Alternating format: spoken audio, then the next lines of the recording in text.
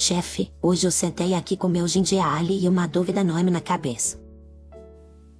Isso já soa interessante, Beatriz. Que dúvida é essa que veio fazer companhia ao seu ginger ale? Eu não paro de ver gente falando em viver de YouTube, TikTok e Instagram, e ando me perguntando se isso é sonho ou loucura. Você está pensando em largar o trabalho para virar criadora de conteúdo ou está só curiosa de verdade sobre esse mundo? Um pouco dos dois, para ser sincera, porque às vezes eu me pego imaginando como seria ganhar a vida só criando vídeos. Então hoje a conversa vai ser séria, porque por trás de cada vídeo cheio de filtro tem uma vida de verdade tentando se equilibrar. Eu vejo gente dizendo que trabalha de onde quiser, que ganha em dólar, que não tem chefe, e isso parece tão mais livre que escritório. Parece mesmo, mas me conta, quando você ouve essas histórias, qual é a parte que mais brilha nos seus olhos? A ideia de não bater ponto, de poder acordar um pouco mais tarde, de criar algo meu e não ficar só cumprindo ordem. Então o que te encanta é a sensação de autonomia, de mandar mais na própria vida e menos receber ordens prontas. Sim, é isso. Mas ao mesmo tempo eu fico com medo de jogar tudo para o alto e depois descobrir que era muito mais instável do que eu pensava. É um medo muito saudável, porque viver de conteúdo é uma mistura de liberdade e risco, de sonho e de muita incerteza. Outro dia uma amiga me mostrou um vídeo de uma criadora dizendo que largou o emprego e em um ano estava ganhando 5 vezes mais. Essas histórias existem. Mas os vídeos que viralizam são das pessoas que deram certo, não dos milhões que tentaram e sumiram na maré. Então a tal da economia dos criadores é tipo uma vitrine onde só aparecem os casos de sucesso, enquanto o resto fica escondido. De um jeito simples, sim, porque a economia dos criadores é esse conjunto de pessoas que constroem audiência e ganham dinheiro com essa atenção, mas a maioria está nas camadas invisíveis da pirâmide. Quando falam de economia eu já penso logo em números, em gráficos, em coisas que eu não entendo bem, e aí eu travo. Vamos tirar o peso da palavra. Aqui economia é só o jeito como o dinheiro circula entre quem cria conteúdo, quem assiste e quem paga a conta, como marcas e plataformas. Então basicamente é um monte de gente comum pegando o celular, falando com a câmera e transformando a atenção em renda. Exato. Só que essa renda pode vir de muitos caminhos diferentes, e é aí que a coisa começa a ficar interessante e um pouco mais complicada. Chefe, me explica como se eu tivesse 12 anos, de onde de fato veio o dinheiro de quem vive de vídeo. Vamos lá, o jeito mais famoso é o dinheiro que vem dos anúncios da plataforma, aqueles que aparecem antes ou durante o vídeo. Tipo quando estou vendo um vídeo e entra uma propaganda de repente e eu tenho que esperar alguns segundos. Isso mesmo.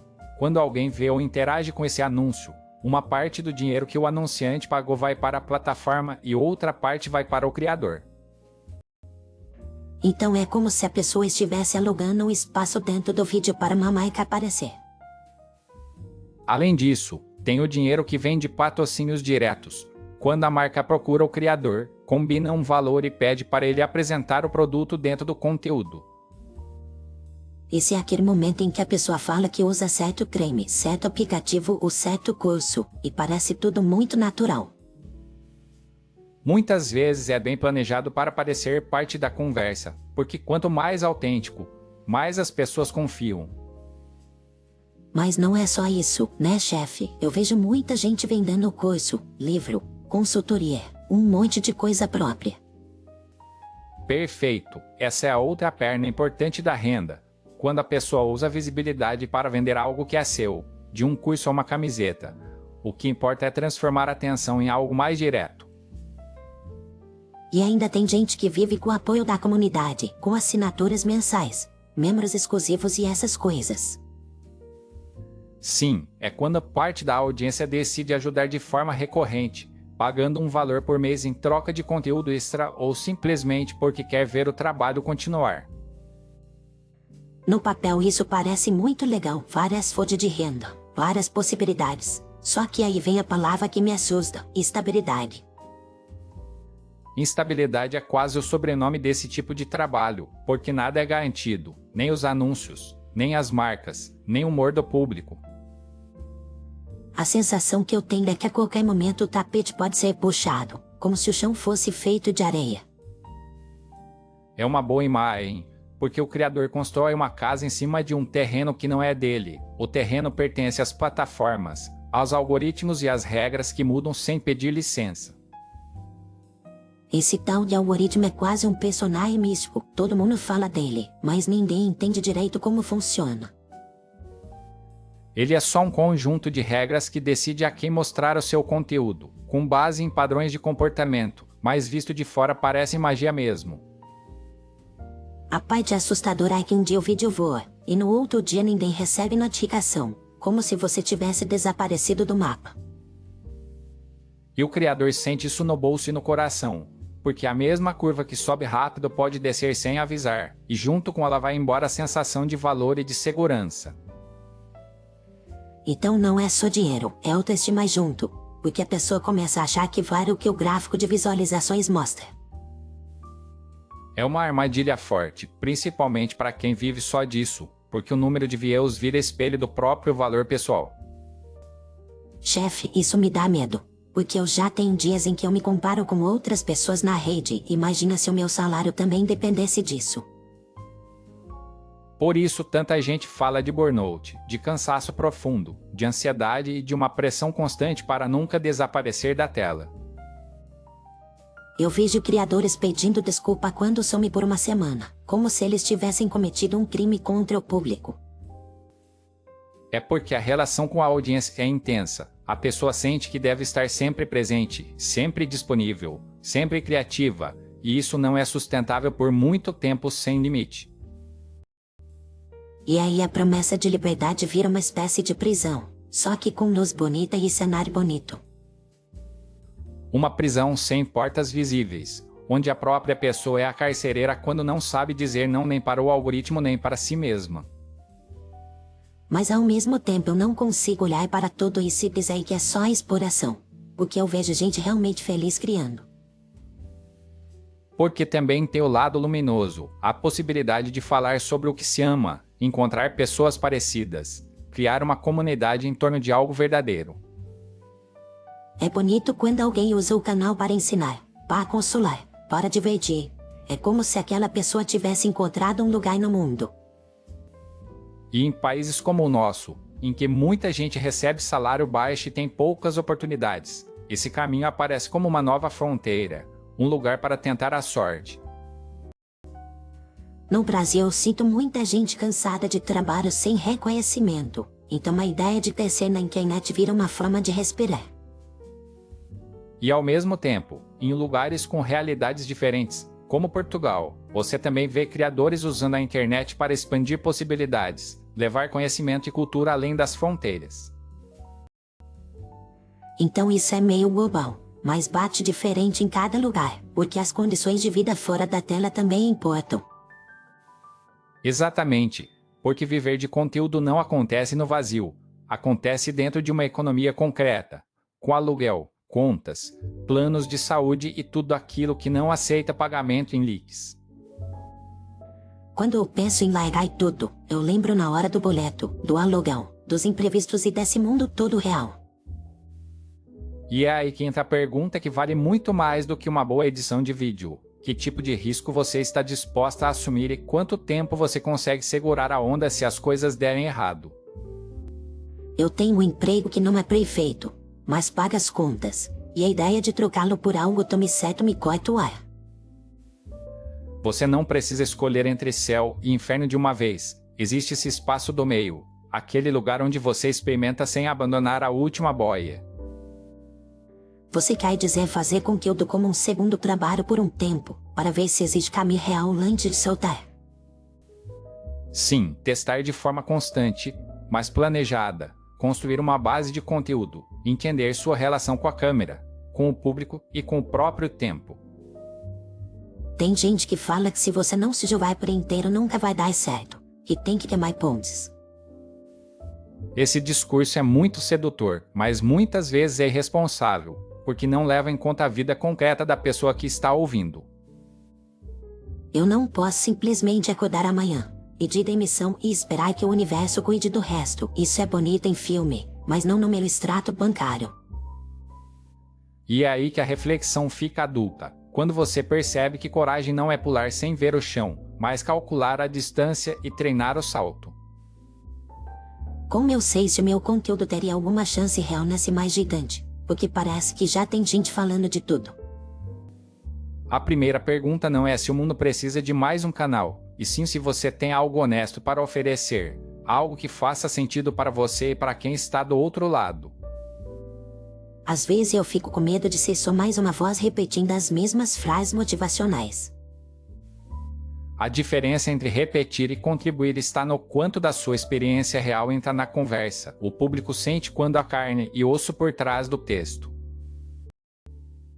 Então eu teria que estar disposta a me orar com sinceridade e aceitar mostrar um pouco da minha vulnerabilidade também. Sim, mas com cuidado. Você não precisa rasgar a alma em público. Só precisa evitar o personagem vazio que só finge uma vida perfeita o tempo todo. E é justamente esse personagem perfeito que parece receber mais cliques. O feed inteiro é cheio de viagens, corpos impecáveis e caras sempre arrumadas.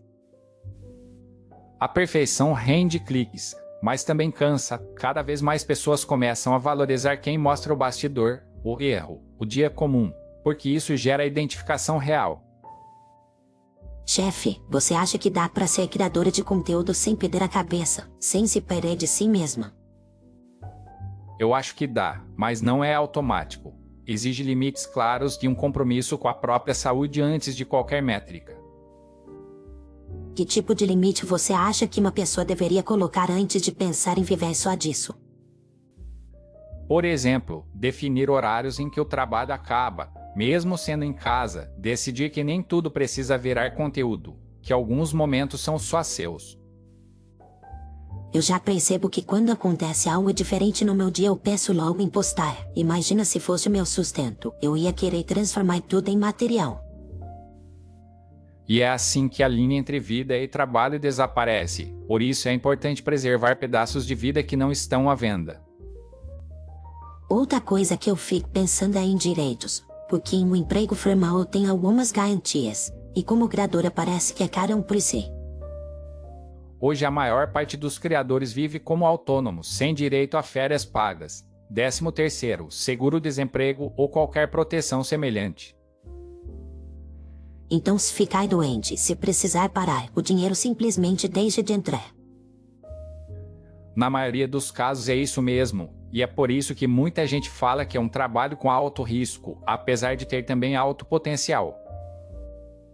Eu nunca tinha parado para pensar que essa liberdade tão vendida vem acompanhada de um preço alto em responsabilidade. Liberdade e responsabilidade caminham juntas. Quanto mais você manda no próprio tempo, mais você tem que cuidar da própria segurança. Chefe, fala um pouco de números sem ser chato. Como uma pessoa poderia se organizar para não ficar totalmente vulnerável? Uma regra simples é não depender de uma única fonte de renda, diversificar entre anúncios, parcerias, produtos próprios e até outros trabalhos enquanto o canal cresce. Eu percebo que muitos criadores falam de ter reserva financeira, mas isso parece tão distante quando a pessoa mal consegue guardar no fim do mês. Por isso eu insisto na ideia de transição gradual. A pessoa continua no trabalho atual, diminui gastos onde der, junta um pouco, testa o conteúdo e vê se existe sinal verdadeiro de crescimento. Então viver de conteúdo não precisa ser salto no escuro, pode ser uma ponte construída aos poucos. Sim, uma ponte com pilares de planejamento, de autoconhecimento e de clareza sobre o que se espera dessa vida nova. Eu acho bonito quando alguém assume frente à câmera que não está rico, mas que encontrou um jeito digno e sustentável de viver desse trabalho. Esse tipo de sinceridade educa quem está assistindo, ajuda a quebrar a fantasia de dinheiro fácil e mostra o esforço real por trás da tela. Você acha que no futuro vai existir algum tipo de lei ou proteção específica para criadores, como existe para outras categorias? Já existem discussões em muitos lugares sobre como regular plataformas, proteger trabalhadores digitais e reconhecer novas formas de trabalho, mas essas mudanças são lentas. Então, por enquanto, quem pensa em seguir esse caminho precisa se proteger com informação, planejamento e talvez orientação profissional.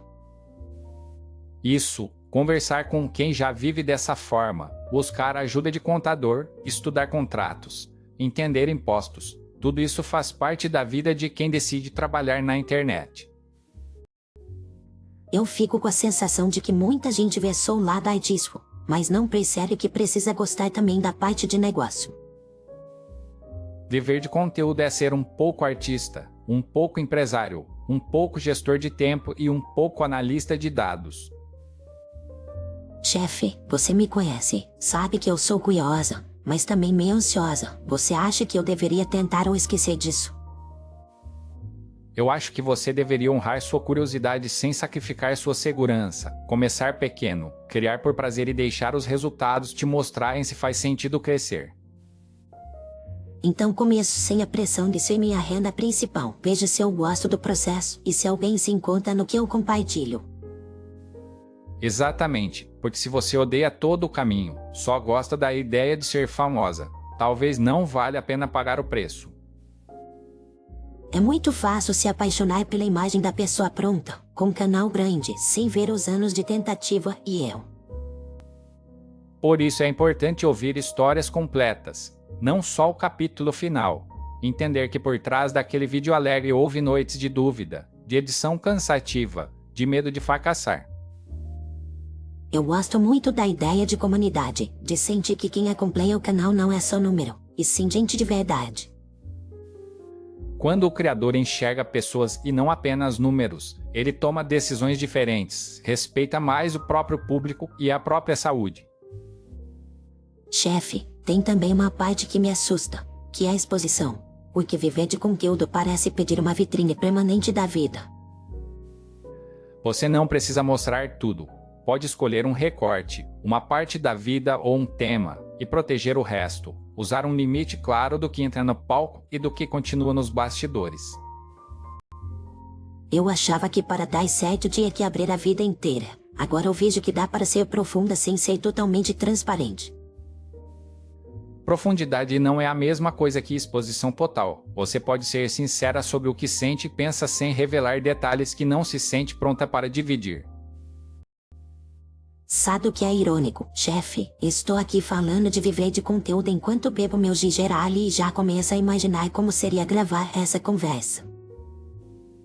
Talvez o que você mais procura não seja só uma nova profissão, mas um novo jeito de participar das conversas do mundo. Eu sinto vontade de fazer parte desses diálogos maiores, de ajudar outras pessoas que também se perguntam se vale a pena arriscar. Esse já é um bom sinal. Quando o desejo não é apenas aparecer, mas contribuir com algo que você gostaria de ter ouvido quando estava perdida.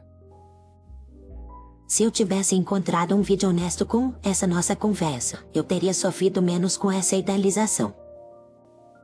Então talvez o seu conteúdo nasça exatamente desse lugar, de alguém que está pesquisando, refletindo, errando, aprendendo, e não de alguém que finge ter todas as respostas.